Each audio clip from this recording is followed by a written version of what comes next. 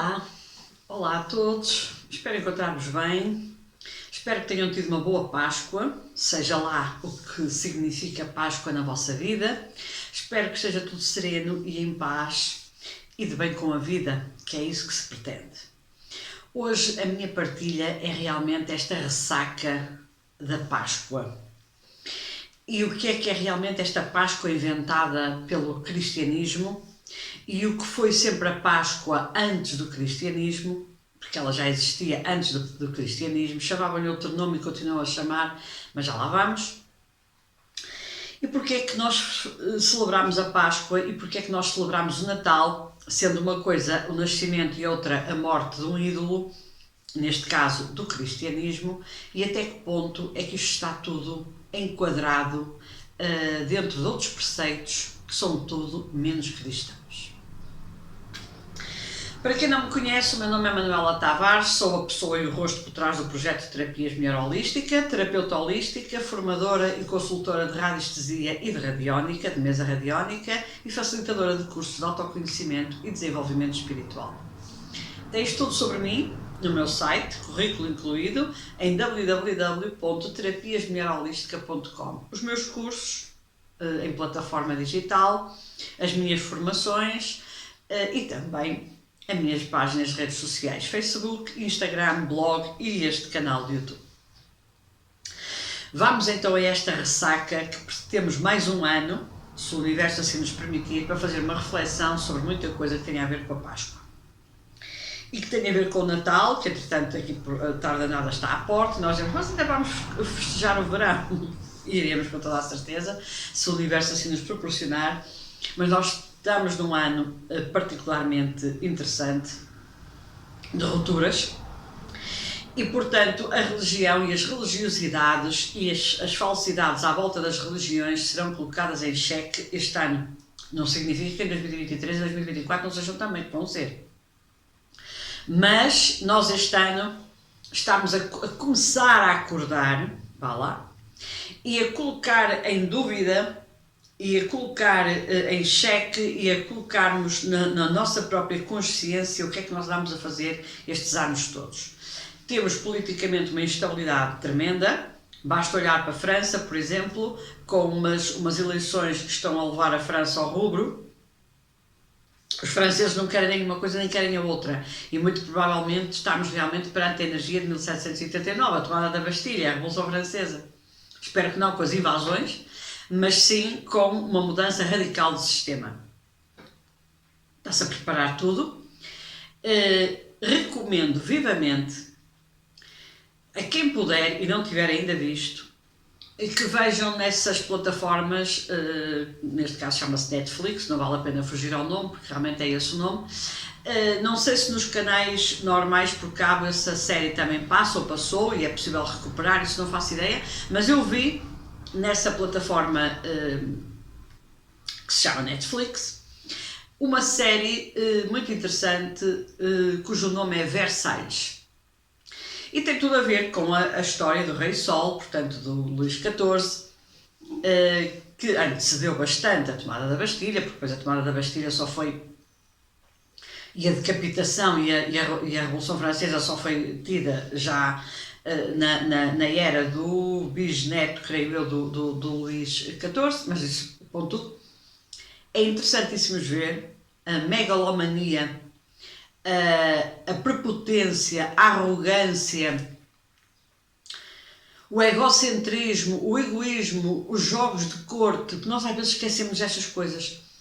E todo o contexto político, todo o contexto social, todo o contexto de consciência em que aquele rei governou, e ele governou até muito tarde, porque o Luís XIV durou muitos anos, para a época não era normal, a média de vida era muito mais baixa, e ele morreu já bastante idoso para a época. Mas é interessante vermos todo aquele jogo, todos aqueles interesses, e se quem vir esta série, fiquem atentos à linguagem usada, a forma como ele acha, ele e o séquito dele, que deve invadir, quer tomar posse de Espanha, quer tomar posse de Portugal, quer tomar posse dos Países Baixos. Reparem na linguagem, reparem na forma, reparem na estratégia, reparem nos jogos de bastidores e reparem também no poder do Vaticano, no poder de uma religião, no poder daqueles homens que estão à frente de uma instituição religiosa e nas malhas políticas e nas malhas de interesses que essa mesma religião tece juntamente com o poder instalado, que neste caso eram monarquias absolutistas. A religião adapta-se perfeitamente, a católica então adapta-se perfeitamente a qualquer tipo de sistema político. Tem um jogo de cintura fantástico, acabou a monarquia absolutista, vamos para a monarquia parlamentar, mas também damos ali um jeito e conseguimos ali uns pactos e umas coisas, já depois, não é? E atualmente a Igreja Católica em particular, eu falo dela porque ela tem um Estado. A Igreja Católica tem um Estado. Ou seja, isto não é apenas uma instituição religiosa, isto é um Estado formado dentro de um país, que é o Estado do Vaticano, ponto final.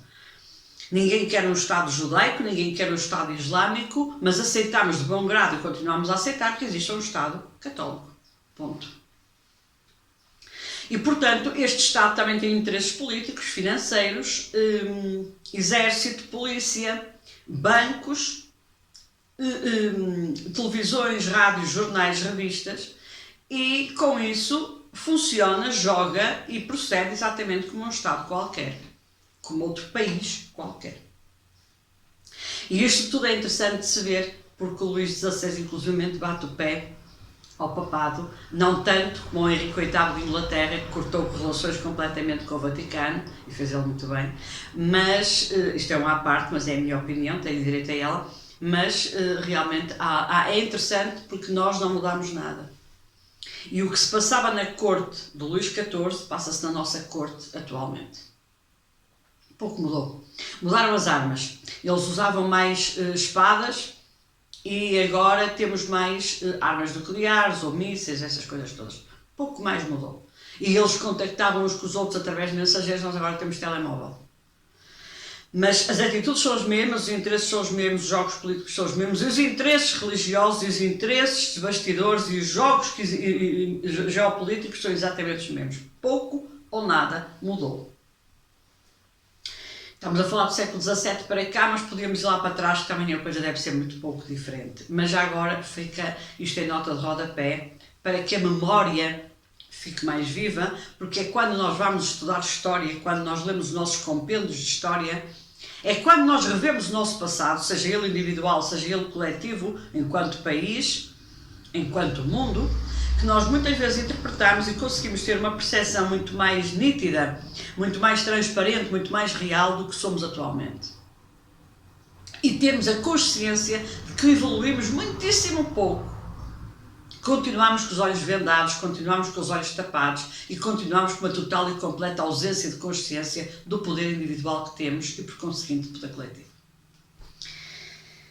E eu tinha prometido que isto ia ser sobre a Páscoa. Vamos à Páscoa, vamos ao Papado, vamos ao Vaticano, vamos às religiões.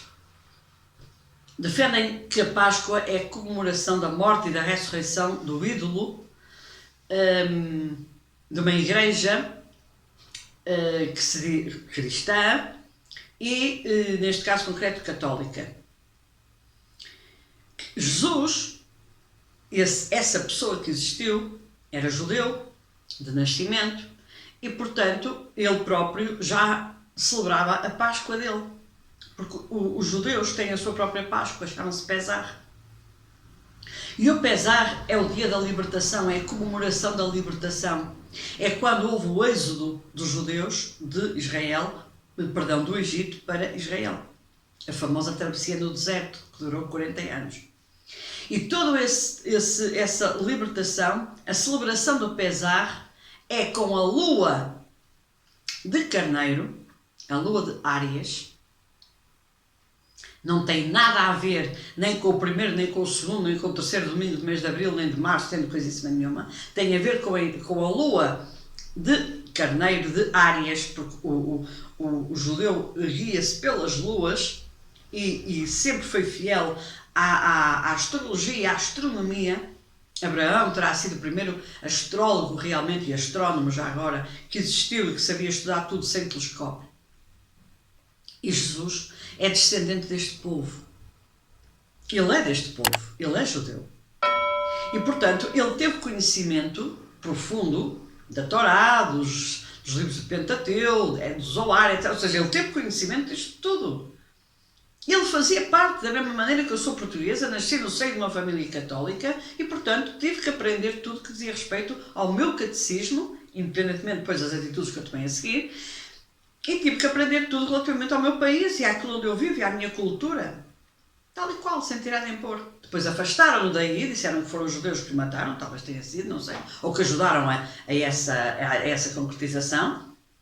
Na altura, perante um rei romano que estava a governar a região, e a partir dali começou a luta desenfreada contra esse povo maldito, dizem, que condenou o Messias à morte. Era melhor voltarmos também a rever a história. Era melhor voltarmos a ler uns compêndios. É capaz de não ser má ideia começarmos a ouvir ambas as partes. Porque isto de tomarmos partido ouvindo só uma das partes nunca deu bom resultado.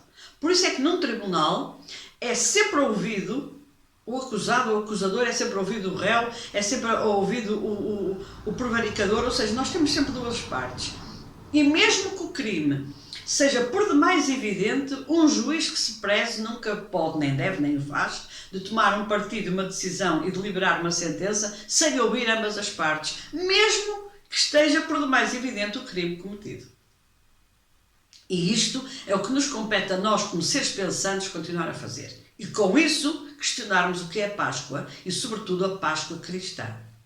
E, em particular, a Páscoa católica. De onde é que vem esta invenção? O que é que se pretende com estes dias? Que história é esta de Jesus Cristo ter sido crucificado e num ano ele foi crucificado e celebra-se mais ou menos em março e no ano seguinte é no início de abril, depois no outro ano é em meados de abril, depois no outro ano é mais à frente um bocadinho? Há ou não há uma data da morte dele? A morte dele coincidiu ou não coincidiu com o pesar? E então aí faz sentido que os cristãos juntem a sua Páscoa com a Páscoa judaica, embora com intenções e com propósitos e com origens, ou pelo menos com desígnios e conceitos completamente diferentes. O que é que está aqui? Que mentiras estão aqui envolvidas nesta história?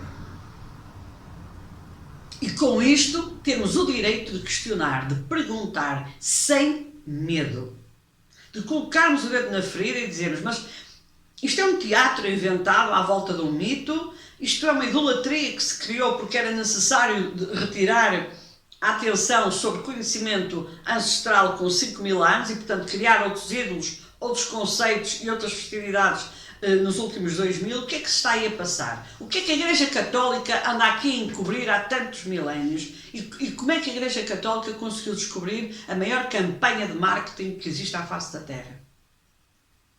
Deixo isso à consideração de cada um que queira explorar este assunto. O Natal é a mesma coisa. Eu ouvi isto da boca de padres da Igreja Católica. Nós não sabemos se Jesus, o Cristo, nasceu ou não nasceu a 25 de dezembro. Ninguém sabe. Mas decidiu-se que sabia de festejar agora. Mas festejar exatamente o quê? Quando é que isto começou? Como é que isto começou? E porquê é que isto começou? Nós temos de começar a perguntar o porquê dos porquês às pessoas certas e quando não houver resposta daquele lado temos de começar a achar que realmente estamos a ser ou enganados ou ludibriados ou fomos enganados durante milénios e temos de começar a abrir os olhos e a ter a percepção nítida daquilo que envolve toda esta trama. Porque alguma coisa está aqui nesta teia retrincada que não está bem esclarecida. Há dias dizia-me alguém das minhas relações que não acredita em padres, não acredita no Vaticano, não acredita no papado, acha que a pedofilia dentro da Igreja Católica, e se calhar de outras também, mas é desta que estamos agora a falar, porque são estas que festejam isto tudo e é isto que eu estou a pôr em xeque em cima da mesa.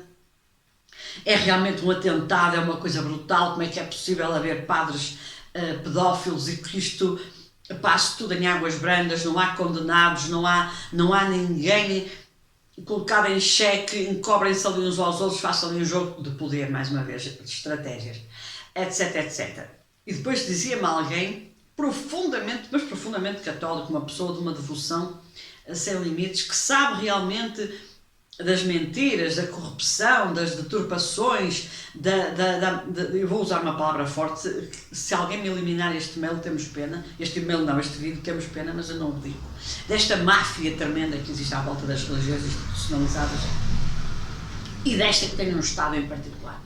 E alguém questionou, então mas não abandonas esse barco? Se tens tanta coisa que sabes que é tão mau à volta disso e a pessoa que não consegue. Então, aqui no denominador comum é o medo. E há um medo específico que toca particularmente, eu vou falar daquilo que sei porque eu nasci no seio de uma família católica, particularmente o católico, é o medo da morte. Foi criado um quadro tão dantesco, tão bárbaro, tão escuro, tão sinistro à volta da morte e do castigo para além da morte, do purgatório, das penas, de tudo aquilo que se vai passar, do inferno, do fogo, do inferno, do diabo, do não sei quantos, que qualquer católico educado com esta doutrina, educado com estes valores, tem medo. E embora tenha consciência de que está numa religião que de religião e de fé tem pouquíssimo, mas na verdade continua a ter medo. Porque dentro dele ainda estão os arquétipos todos intocáveis da morte, do inferno, do Lúcifer, do diabo, do Satanás, do purgatório. Aquelas imagens que se vê dentro das igrejas católicas, as imagens sempre da Nossa Senhora com uma faca espetada no peito, a sangrar, a chorar, lágrimas de sangue a correr pela cara abaixo, e depois uns anjinhos à volta, também todos assim, e todos a chorarem muito. E depois temos os mártires, não sei de quantos, também sempre com facas espetadas, sangue a escorrer. Isto tudo entra-nos na nossa cabeça desde que somos crianças e fica. E portanto, embora a consciência de que há qualquer coisa ali que não está bem, há qualquer coisa relacionada com a Páscoa, com o Natal, com as comemorações, com as datas, com as vivências, que essa coisa dos evangelhos, quando nós paramos para pensar, que só foram escritos 70 anos depois de Jesus Cristo morrer. Espera aí, mas quem é que estava vivo, que tenha convivido com ele, passados 70 anos da morte dele? Se ele morreu com 33, se os apóstolos que o rodeavam tivessem mais ou menos a mesma idade, então eles foram escrever os ditos 70 anos após, então tinham todos 100 anos? Alguém parou para pensar nesta cronologia e na barbaridade destes números? E porquê que há evangelhos que foram rasgados? Porque é que a Bíblia tem páginas e páginas que foram queimadas, partes que foram rasgadas? Porque até os sucedâneos da Igreja Católica, neste caso concreto do cristianismo, melhor dizendo, vamos separar as águas, os sucedâneos do cristianismo, eu chamo sucedâneos a todas as religiões que têm menos de 2000 anos, para mim são seitas. E até esses defendem a tese de que não se podia contar a vida toda dele, porque isso então daria muitas Bíblias, até podia dar 1000. Não se pode é ocultar, não se pode é justificar a ausência. E nós validamos isto tudo e continuamos a bater na mesma tecla. O que é que nos leva a não questionar, aos olhos e à luz do século XXI, todas estas mentiras, todas estas ocultações, todas estas lacunas e todas estas falhas perpetuadas no tempo? Só pode ser uma coisa: o medo da morte e o medo do que está para além da morte e o medo do castigo, porque sempre nos foi dito que Deus castigava. Então, se eu abdicar e se eu destas coisas todas às quais eu pertenci a vida inteira, e se eu começar a questionar tudo isto, e se eu começar a pôr em xeque a palavra, a obra, os conceitos, a história desta religião devidamente institucionalizada, que é um Estado, o que é que me pode acontecer? Deus vai-me castigar, às tantas sim, então eu continuo com medo, embora eu não goste dos homens que fazem parte desta religião, nem das mulheres, embora eu ponha em xeque o que diz o líder desta religião e os seus ministros, mas na verdade eu continuo a ajoelhar e a rezar. Porquê? Porque na verdade eu tenho fé, não tens. Porque tu não precisas ir a lado nenhum para te ajoelhar nem para rezar. Tu tens é medo e isto tem de ser assumido. Este vídeo vai longo demais, eu vou parar por aqui porque ainda havia outros assuntos mais periclitantes a serem falados, mas prometo que se eu não for banida da face da terra voltarei à carga, com toda a certeza. Estamos numa lua de Áries, estamos numa lua de fogo e portanto nada como trazer estes assuntos à liça para começarmos a pensar neles, se conseguirmos. Um grande abraço de luz, muita força, muita coragem, muita mudança, muita consciência, que os anjos nos abracem sempre. E que a fé nunca nos abandone. Até breve.